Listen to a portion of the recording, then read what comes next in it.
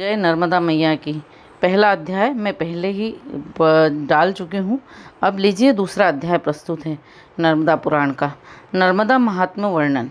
सूत उवाच नर्मदायास्तु महात्म्य प्रश्नद्वैपायनो व्रतीत तते अहम संप्रवक्ष्यामि यत्त्वया परिपृच्छतम्। सूत जी बोले, महर्षि व्यास ने माँ नर्मदा जी का जो महात्म वर्णन किया था और हे सोनकादि सोनक जी, जो तुमने पूछा है वही मैं तुमसे कहूँगा। मुनिश्रेष्ठ, नर्मदा के तीर्थों का विस्तार ब्रह्मा और शिव को छोड़कर अन्य कौन वर्णन करने में समर्थ है? यही प्रश्न प्रथम परीक्षित पुत्र राजा जन्मेजय ने व्यास शिष्य वैशंपायन से पूछा था। हे सोनक, रेवा तीर्थ से संबंध रखने वाला पुण्य व्रत आपके लिए वर्णन करता हूँ। पूर्व काल में परीक्षित यज्ञ दीक्षा से दीक्षित हुए। तब यज्ञ कर्मों के आरंभ होने पर, हविष्य आदि द्रव्य संचित किए जाने पर तथा ब्राह्मणों के समासीन हो जाने पर, अग्नि का आह्वान किए जाने पर तथा सर्वत्र धर्म कथाओं की प्रवृत्ति होने पर, अहर्निश यज्ञ भूमि में जनों द्वारा हे कुलपति लीजिए मेरा भोग लगाइए इत्यादि शब्द सुने जाने पर और विनोदियों द्वारा विनोद परिहास करते हुए स्वर्गीय सभा के समान इस प्रकार के यश के आरंभ होने पर सुखपूर्वक बैठे हुए वैशंपायन जी से जन्मेजय ने पूछा। जन्मेजय ने कहा, हे वैशंपायन, भगवान व्यास की कृपा से आप सब कुछ जानते हो ऐसा मैं मानता हूँ, इसलिए ऋषियों के समीप में आपसे पूछता हूँ। आप हमारे पूर्वजों का पूर्व आचरित तीर्थ सेवन आदि सब कुछ मेरे लिए कहो। मैंने सुना है वे दीर्घ काल तक अनेक प्रकार के क्लेशों का अनुभव किए थे। मेरे पूर्व पितामह पांडव जुए में क्यों हारे थे? फिर तीर्थ के लोभ से हे विप्र वे समुद्र पर्यंत पृथ्वी पर घूमते रहे। हे तात, किसके साथ अनेक भूभागों पर विचरे वह सब कहे। मैं आपको सर्वज्ञ मानता हूँ।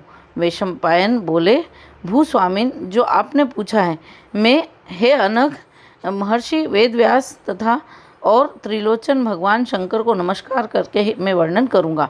तुम्हारे पितामह पांडव द्रौपदी के साथ उत्तम काम्यक वन में ब्राह्मणों सहित निवास करके विंध्याचल की ओर गए।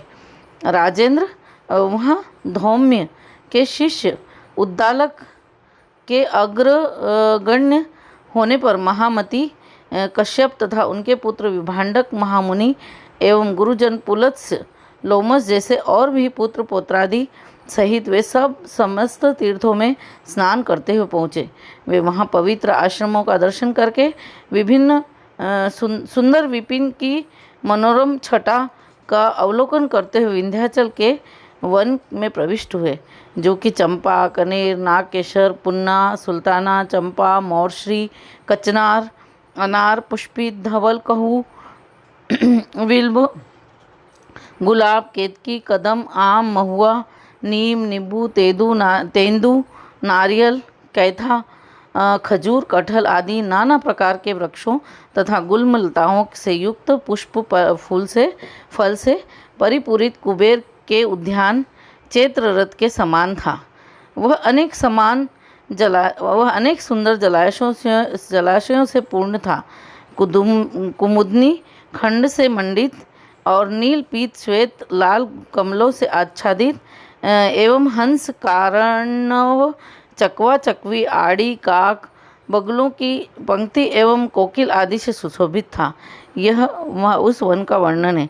तथा सिंह, वाघ, शुकर, हाथी, विशालकाय वन भैंसे, सुरभि, सारंग, भालू आदि जानवरों से युक्त था। कोल, मयूर एवं नाना प्रकार के पक्षियों से सुशोभित हो रहा था। दुख और शोक से रहित वन था, जहाँ सिंहनी का दूध स्नेह सहित हिरण पान करते थे। बिलाव और मूषक एक दूसरे के मुख चाटते थे।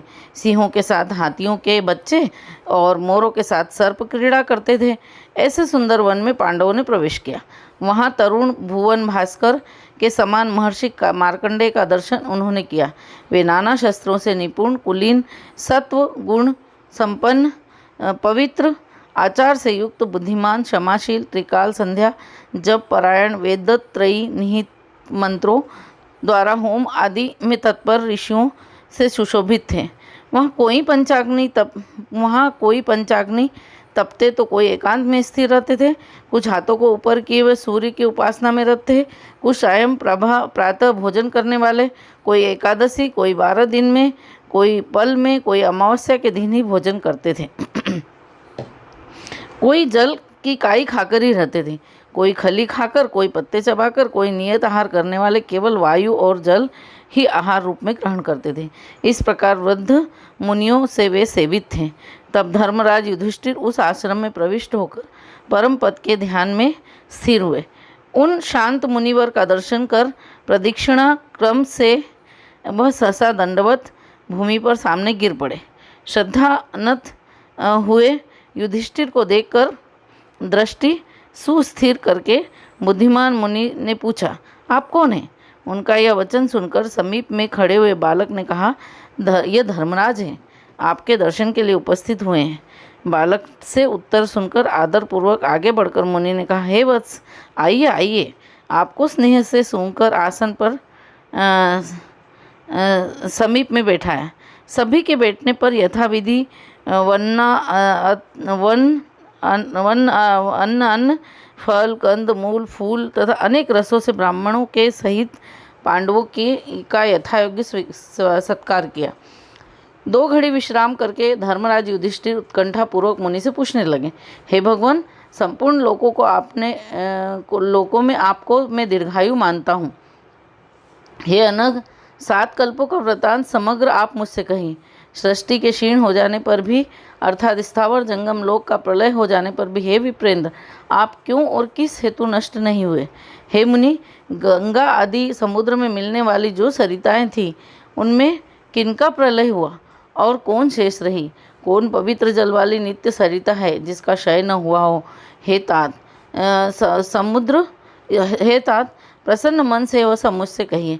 ऋषियों सहित सभी बंधु बांधवों के साथ सुनने की मेरी इच्छा है। श्री मार्कंडेय बोले, साधु साधु महाबुद्धिमान धर्मपुत्र युधिष्ठिर, जो तुम पूछते हो, हे निष्पाप, यथा योग्य में वह कहूँगा। समस्त पापों को हरने वाला भगवान शिव में से वर्णित पवित्र पुराण को जो भक्तिपूर्वक श्रवण करता है, उसका पुण्य फल सुनो। हजारों अश्वमेध यज्ञ तथा सैकड़ों वाजपेयी यज्ञों से भी, हे राजन, वह फल प्राप्त नहीं होता, इसमें संदेह नहीं है। ब्रह्मघाती, मदिरा पीने वाला, चोर, कसाई, गोघाती भी शिवजी के वचन सुनकर सर्व पापों से कैसे मुक्त होता है? सुनो। सरिताओं में गंगा जी श्रेष्ठ है और सरस्वती भी। कावेरी और देविका, सिंधु, सालकुटी तथा सरयू, शतरुद्रा, मही, चंबल, गोदावरी, यमुना, पयोष्णी, ताप्ती, सतलज पवित्र देव नदियां हैं। ये सब नदियां, जिन नदियों के मैंने नाम लिए, पवित्र देव नदियां हैं।